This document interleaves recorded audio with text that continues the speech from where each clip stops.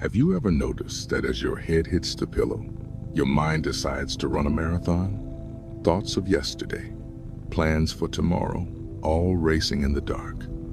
There's a gentle magic, though, in what we hear just before we drift off. Science suggests our brains don't just shut down, they enter a unique state of processing, consolidating memories, and making sense of the day. The knowledge we absorb in these quiet moments often sticks with us more deeply. If you're curious, the studies are linked in our description. But what if the most profound lesson we could learn before sleep isn't a new language or a complex theory, but rather the forgotten art of doing nothing at all?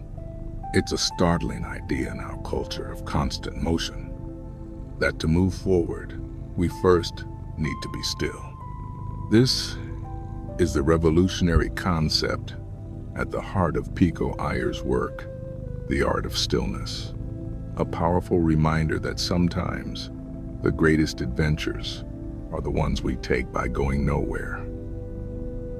So, tonight, we're not just summarizing a book.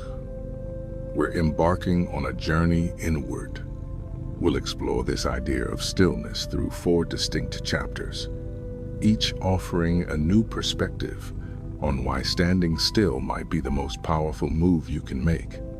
Chapter 1, The Guilt of Doing Nothing. Let's start with a feeling I'm sure you know well: productivity guilt. It's that nagging voice that whispers, "You should be doing something," when you dare to take a 5-minute break. In our world, busy has become a badge of honor, and rest feels like a weakness. The common mistake we make when feeling burnt out is to schedule more. We book a hectic vacation, fill our weekends with social plans, or scroll endlessly through our feeds, searching for an escape.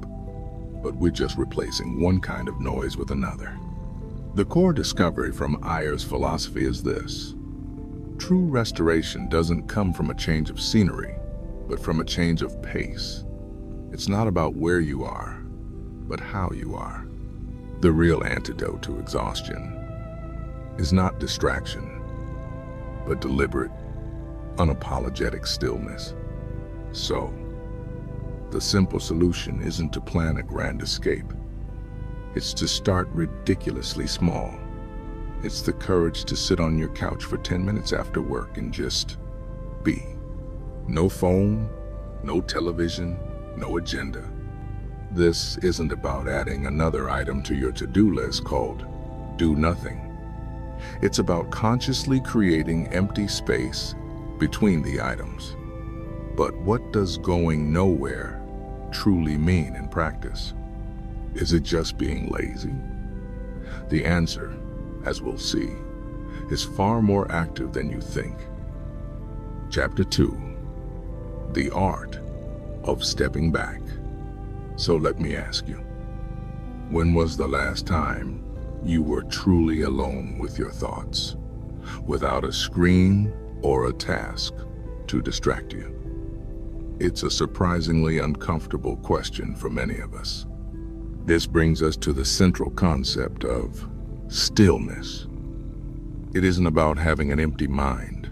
That's almost impossible. Instead, as Iyer suggests, it's about intentional retreat. It's the act of consciously stepping away from the noise of the world to finally hear your own voice. I read a story recently about a successful architect in Chicago. Let's call him David. His firm was winning awards, but he was drowning in deadlines, emails, and constant meetings. He felt like he was losing his creative spark. On a whim, he booked a weekend at a silent retreat in the woods of Wisconsin. No phone, no talking. He said the first 24 hours were excruciating. But by the second day, something shifted. Sitting by a lake, just watching the water, the solution to a complex design problem he'd been wrestling with for months just appeared in his mind, fully formed. He hadn't been trying to solve it. The solution came because he finally stopped trying. Think of it like this. A painter can't appreciate their masterpiece with their nose pressed against the canvas. They have to step back to see the whole composition, the interplay of light and shadow. Stillness is that act of stepping back from the canvas of your life. The benefit isn't laziness, it's clarity. It's the space where perspective is born, and our best ideas can finally surface. But, and this is crucial, stepping back sounds serene in theory. The reality can be much more challenging, which leads us to our next point. Chapter 3, The Uncomfortable Truth of Silence. Here's a bold statement. Stillness is not always peaceful. In fact, your first attempts at it might feel intensely uncomfortable, even like a failure. We need to challenge the popular belief that meditation and quiet time are instant tickets to bliss. What if that's just marketing? What if the true purpose of stillness isn't to feel good, but to feel real? The evidence for this paradox comes from the very people who build our distracting world. The book summary mentions Kevin Kelly, the founding editor of Wired magazine, a prophet of the digital age. Yet, he religiously practices a technology Sabbath, disconnecting completely for a day each week. He understands that the tools he helped create are powerful but also draining. If the architect of our digital world needs to escape it to stay sane and creative, what does that tell the rest of us? Let's break the fear here. When you first sit in silence, your anxieties, your to-do lists, your insecurities, they will all show up. The silence gets loud. This is not a sign you are doing it wrong. It's the sign you are finally doing it right. You are finally clearing out the clutter. True inner strength isn't about building a fortress to keep the chaos out. It's about developing the calm to sit with the chaos until it settles. It's learning to be the eye of your own hurricane. Chapter 4, The 3-Step Formula for Stillness. So if we've accepted the challenge, how do we build a sustainable practice? Let's unlock the secret. The secret truth, passed down through ancient traditions and now validated by modern neuroscience, is this. Rest is not the opposite of work. It is the foundation of great work. The biblical idea of the Sabbath, as Iyer points out, wasn't just a religious rule. It was a profound productivity system built on the power of the pause. I think of a friend of mine, a junior doctor in London. Her life was a blur of 12-hour shifts and endless stress. She decided to try an experiment. For 30 minutes after every shift, she would sit in a quiet park. On her way home, no phone, no music, just sitting. The first week, she was restless and just thought about her patients. But into the second week, she started noticing the seasons change, the sound of the wind. She returned home not just physically, but mentally reset. Her decision-making at the hospital became sharper, more intuitive. Her journey gives us a simple 3-step formula you can try. 1. Schedule it. Put stillness in your calendar like any other appointment. 10 minutes is enough. 2. Disconnect. Have one rule: no screens. Let your eyes and your mind rest from the blue light. 3. Expect nothing. This is the most important step. Don't try to have a breakthrough or feel peaceful. The goal is simply to show up and let go of any goal. The commitment is this: by giving yourself permission to be unproductive, you unlock a higher quality of productivity and peace in everything else you do. So, as we bring our journey through the art of stillness to a close, let's recap the simple, powerful ideas we've uncovered. First, that true rest is an antidote to the modern disease of productivity guilt. Second, stillness is not emptiness, but the act of stepping back to gain perspective. Third, embracing the initial discomfort of silence is part of the process, not a sign of failure. And finally, that this is a practical skill you can build with a simple 3-step formula. You don't need to change your whole life tomorrow. As Iyer suggests, this is about finding moments of sanctuary in the life you already have. My invitation to you is this: choose just one idea from tonight. Perhaps it's the 10-minute do-nothing challenge, or maybe it's leaving your phone in another room for the first hour of your weekend.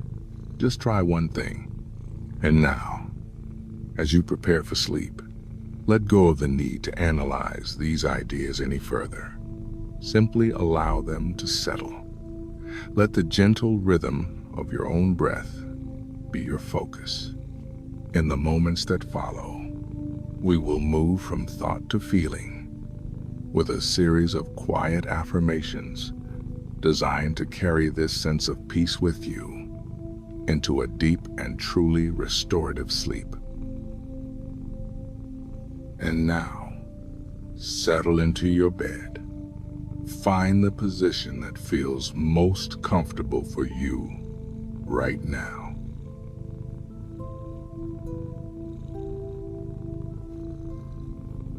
Allow your eyes to gently close.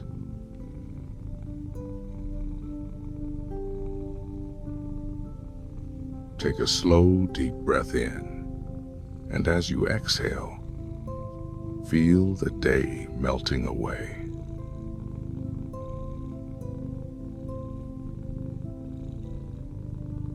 Let your body become heavy, feeling the support of the mattress beneath you.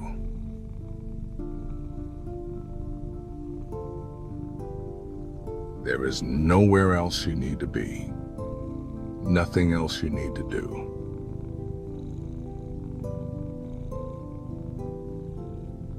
Just be here in this moment of quiet, of stillness.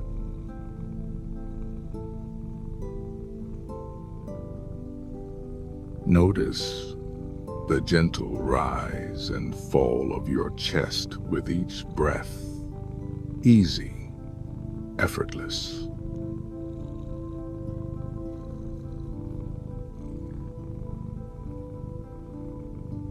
You have given your mind knowledge.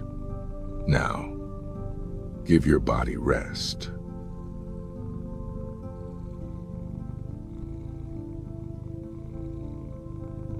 Embrace the stillness.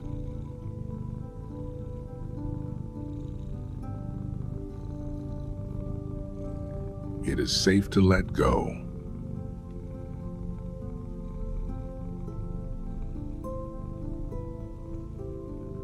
Release all tension from your jaw, your shoulders, your hands.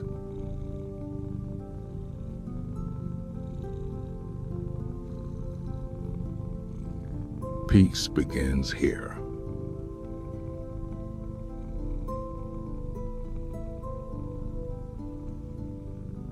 You are calm.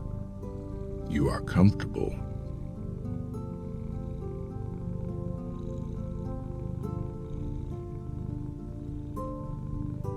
Thoughts may come and go like clouds drifting across the night sky.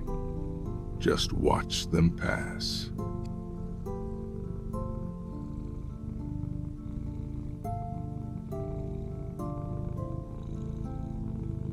You are the quiet sky, not the passing clouds.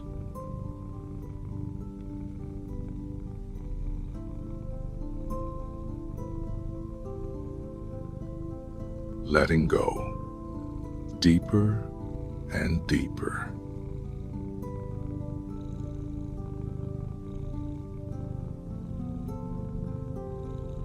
Every breath you take guides you further into relaxation, further into peace.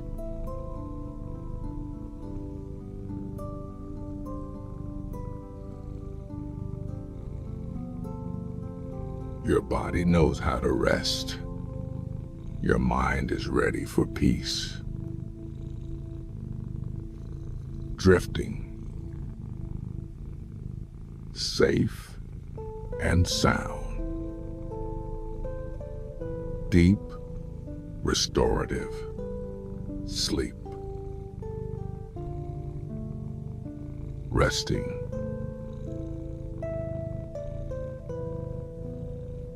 Renewing. Sleep now. Peace.